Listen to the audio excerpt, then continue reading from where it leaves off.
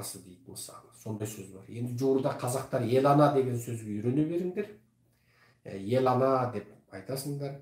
Томиристің фильмі бекер түскен жоқ. Сосын ел анаға арнап өлең жаза бастайды біздің сатымсақ ақындар. Қазақтың руларының ішінде аналардың атымен, ананың атымен аталған рулардың шежіресі кітап болып, кино болып істеледі, тарихи құжатты фильм болады. Сөйтіп әйел басқаратын заманға дайындана беріңдер. Мен білем, менің лекцияларымды Қазақстанда арнайы қызмет группасы құрылып, арнайы айлық тағайындалып, менің бүкіл лекцияларым орысшаға 100% ең сауатты түрде аударылып, оның әрбір сөйлемдеріне характеристика түсіндірме жазылатындығын білемін. Себебі 17 жылы Қазақстан президент аппаратынан және Қазақстан ұлттық қауіпсіздік комитетінен келген азаматтар менің том лекцияларымның орысша аудармасын және оның характеристикасын алып келіп менің алдыма, сіз пәленші WhatsApp группа, что такое это, какой группа? Қытай қазақтарын қорғауды, вот так, вот еще тоже один группа называется, что такое? Аттан? Да, аттан. Вы говорили такой лекция деп оттап отырған маған. Жарым қазақ, жарым орыс. Сөзсем, менің лекциям 17 жылы том болып аударылып, менің қылмыстарым тырнақша ішіндегі корректор сөзі мынандай пиғылы бар, мына сөзді айтпақшы, мына сөздің ар жағында мынандай сөз тұр деп жазыпты ғой жарықтықтар. Ұлттық қауіпсіздік комитетіндегі жігіттерге өтініш, сол менің лекцияларымның орысша аудармасын сақтап қойыңыздар. Ертең мына диктаторлардың бәрі құлағанда, сол дайын аударманы кітап қылып шығарсаңыздар да сіздерді дарға судан аман алып қаламыз. Копиялап, сақтап, ауылда бір жерге тығып қойыңыздар. Туыстарыңызға ма, қазіргі әйеліңіздің бұрынғы күйеуіне ма, бұрынғы әйеліңіздің қазіргі күйеуіне ма, қазіргі әйеліңіздің қазіргі көңілдестеріне ма сақтатып тығып қойыңыздар. Құрметті кейінгі жолдастар, сіздерде менің бүкіл лекциям қазақша емес орысша аударылып және бүкіл сөзіме түсіндірме беріліп сақталатынын 17 жылдан бері білемін. Ендеше мына лайк баспай отырғандарда сол кейінбінің сексоттары, сексот дегенде мен баяғыда бұл сексі несі деп қате түсініп жүрмін. Сөйтсем сексот деген секретно сатурничество болма, не біледі, орысша тілім келмейді өзі. Сотрудник бар, не біледі? Секретно сотрудник, құпия әріптес. Сатурник дей ма, сатурник дей ма, не дейді орысша? Осылардың тілін ақ білмей ақ кеттім ғой. Үйренгем де жоқ. Бір сағат үйренген емеспін олардың тілін. Үйренейін дегем де жоқ. $100 миллион берсе де үйренбеппін. Сол секретно сотрудник, құпия әріптес. Осы кейінбіге құпия жұмыс істейтіндердің қысқартындысы екен сексот деген. Сонда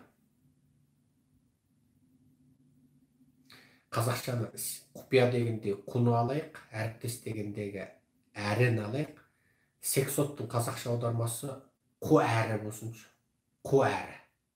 Қу әрі деп айтыңдар болды. Оны орысша аудармасын ала бермей. Ондаше Қытай туралы сөзіміз осымен тәмам. Тыңдап отырсаңыздар, бөлісіп, таратып қойыңыздар. Құрметпен Серікжан Біләшұлы, Америка Құрама Штаттарынан. Алматы мен Тексастың ортасында 12 сағаттық айырма бар.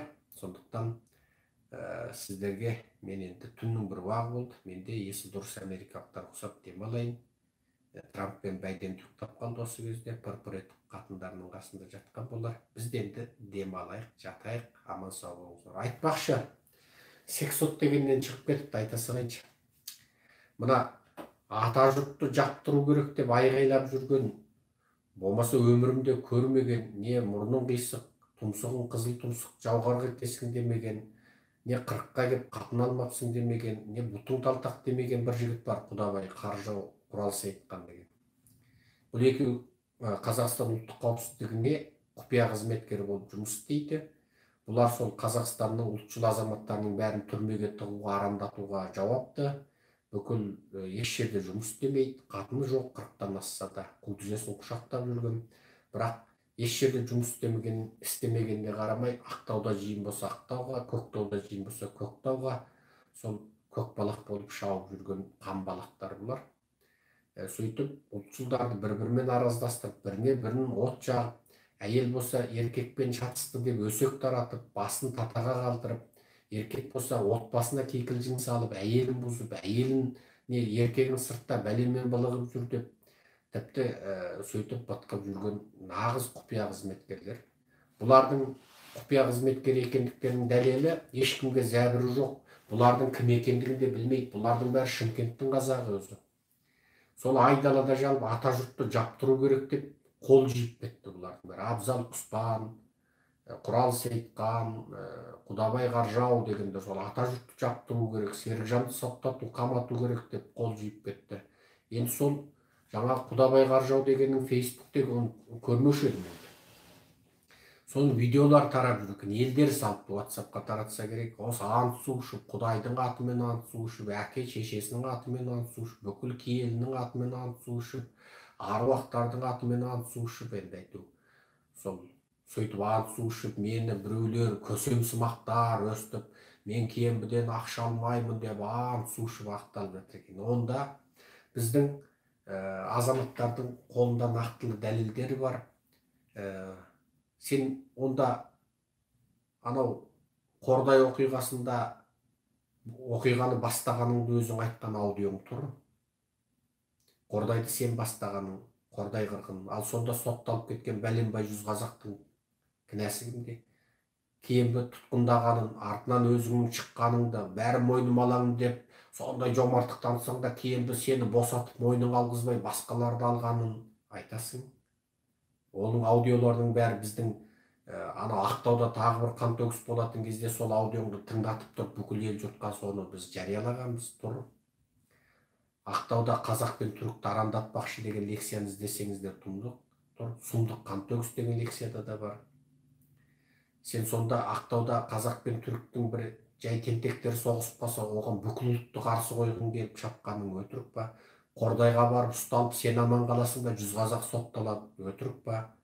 Сонда құралың бар, сен бар, айғайлап бүкіл қазақтың бейуаз жігіттерін, Қордайдағы бейуаз халыққа, екі бейуаз халықтың жай ауыл үйдің ақсақалы отырып шешетін, жай тіпті заң бар, полицей бар, прокурор бар, сот бар, олар шешетін мәселені үлкен қантөгіске айналдыратын сен кімсің сонда? Және сотталмайсың, аман қаласың, әлеуметтік желіде айғайлайсың, шулайсың, 174-ші бап бізге қолданып, бізді 7 жылға соттайды, саған жүрмейді. Сол Құдабай сөйтіп ант су ішіп видео таратыпты, көріп қалдық. Міне ант су ішетін, міне жаңағы сексот дегеннен шығады ғой.